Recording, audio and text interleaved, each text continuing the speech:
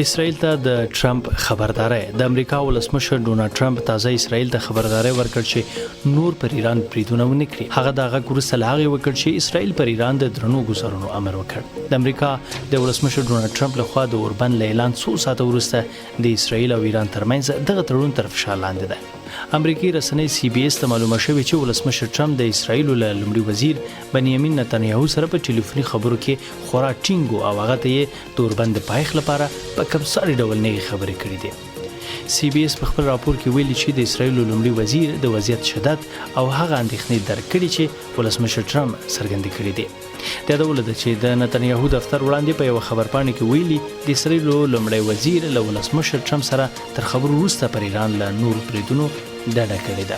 بي بي سي د اسراییلو د لومړي وزیر بنیامین نتنیاهو له دفتر اوریدلی چې وايي اسراییل له اوربنده د ایران د سرغړونو په خبرګون کې تهران ته نږدې د رادار پر یو سیستم برید کړی دی. د نتنیاهو له دفتر په خبره شوی خبرپاڼه کې ویل شوی ایران د اوربند له پلي کېدو وروسته په سیمه‌ییز وخت یو برید په 7:06 دقیقې او د نور بریدونه بیا په 10 بجې او 15 دقیقو کې تر سره کړی دي. خبرپاڼه کې ویل شوی چې اسراییل د امریکا له ولسمشر ډونالد ټرمپ سره تر خبرو وروسته له نورو بریدونو ډډه وکړه. خبرپاڼه زیاتوي ولسمشر ټرمپ له نتنیاهو سره په خپل وروستي ټلیفوني اړیکه کې د خپل جنگي اهدافو د ترلاسه کولو لپاره د اسراییل ستاینه کړې ده. ولسمشر ټرمپ د اوربند له باثباتۍ ډاډ څرګند کړ.